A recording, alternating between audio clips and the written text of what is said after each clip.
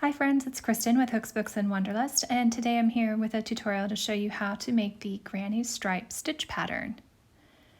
If you follow me on Instagram, you might have seen the cocoon style cardigan that I made with this stitch pattern.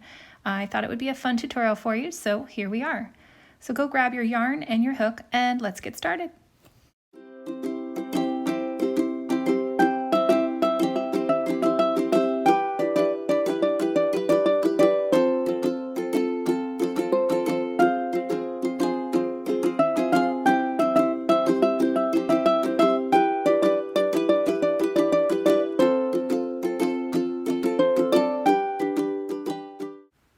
Granny squares can be intimidating if you haven't attempted them before, so working the granny stripe is a great stepping stone to familiarize yourself with the basic method before moving on to the square.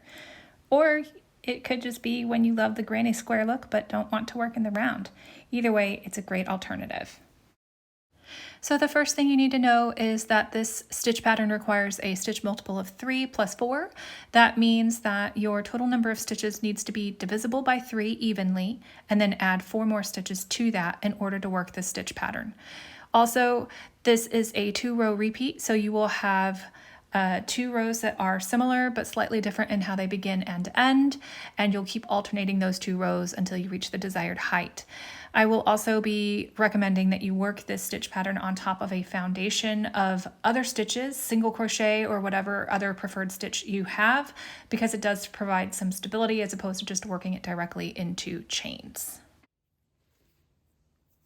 Okay, so I have some yarn left over from my cardigan that I made, and I'm just going to use that. It is Lion Brand's Hue in Me, and this is a bulky 5-weight yarn.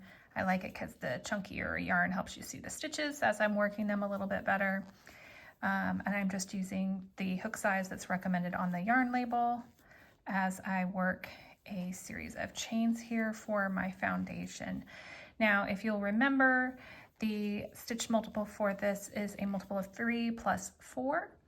I am going to be working a row of single crochet first, so I am going to do 3 plus 4 plus 1 for that turning chain.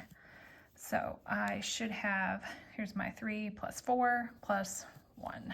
So let's just count that and make sure that that's correct. So 3, 6, 9, 12, 15, 18, 20. Perfect. All right. So I am going to go ahead and create my foundation of single crochet here. I'm just going to single crochet into the second chain from my hook and at every chain all the way across. You can see that I'm working into the back bump of those chains because I like how it looks on the finished edge of the bottom of my work. Makes a nice pretty little V there. So I'm just going to continue doing that. You can work whatever base stitch you prefer. I like the clean lines of the single crochet, but it depends on what you're using your granny stripe with. Maybe you're doing a stitch sampler sort of situation, you know, whatever you feel comfortable with. Just make sure that whatever number of stitches you want to work that granny stripe on top of, that you are doing it in a multiple of 3 plus 4. Okay, I'm coming up on the last couple of chains here with my single crochet foundation. And when I am ready at the end of that row, I am ready to start my first of my 2-row repeat for the granny stripe stitch. So we are going to chain 3 and turn our work. This chain 3 is going to count as a double crochet, and we are going to begin and end each of our first row of this 2-row repeat with 2 double crochets in the first stitch. So I've got 1 here. I'm going to go ahead and double crochet into the same stitch as the base of that chain 3, so that I essentially have 2 double crochets here. Okay. Next, you're going to skip 2 stitches and you're going to work 3 double crochets into that 3rd stitch.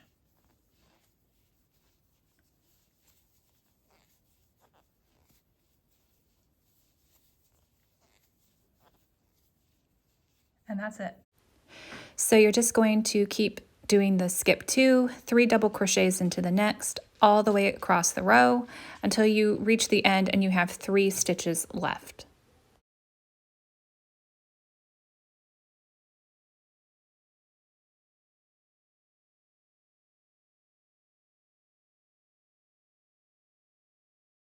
All right, so we are working the last double crochet in our last grouping of 3 here. I'm going to skip 2. We've got 3 stitches left. I'm going to skip 2, and I'm going to work 2 double crochets into the last stitch because we're going to end the row the same way we began it, with 2 double crochets. 1 and 2. Perfect. All right, so that is the first row of our 2-row repeat for the granny stripe. So again, for this first row, you're going to have 2 double crochets at the beginning and 2 double crochets at the end, and that chain 3 at the beginning does count as a double crochet. And then you'll be working groups of 3 double crochets into every 3rd stitch as you go across the row. So from here, you're ready to start row 2. Go ahead and chain 2 and turn your work, and that chain 2 is going to count as a double crochet here as well. The reason it's a chain 2 and not a chain 3 has to do with the fact that we're going to be working into these spaces, and that first cluster is going to be rather close, so it's actually a little more aesthetically pleasing if it's a slightly shorter chain there. So we're going to go ahead, and that counts as that double crochet. So we're going to work our first group of 3 double crochets in this first space right here. So 1, 2, and 3.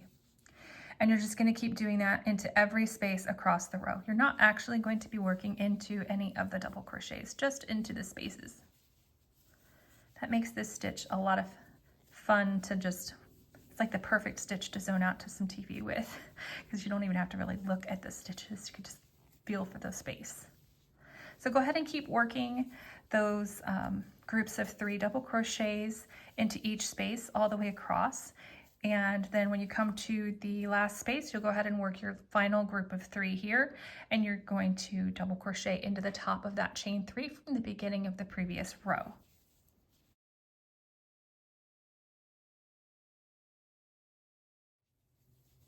All right, so I am working my last double crochet of my final group of 3 here.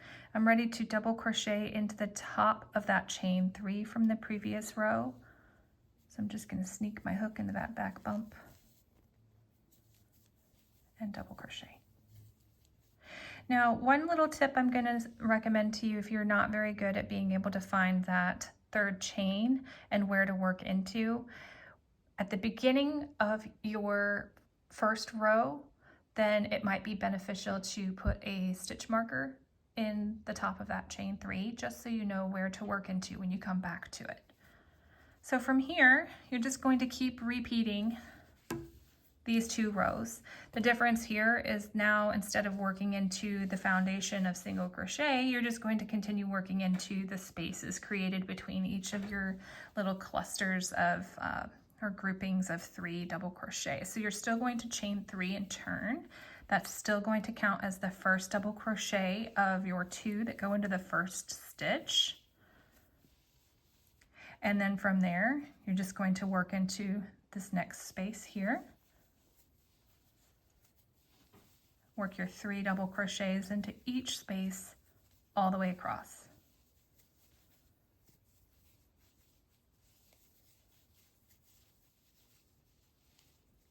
Okay, and as we reach the end of our row here, I am going to work 2 double crochets into the top of that chain 2.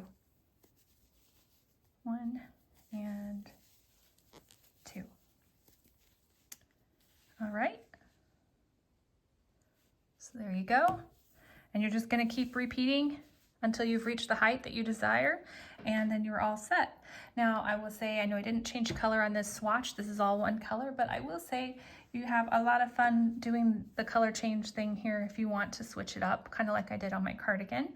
You can do it every row. You can do it every other row. You can do it however, do these stripes however thick you want to make them. Whatever your heart desires.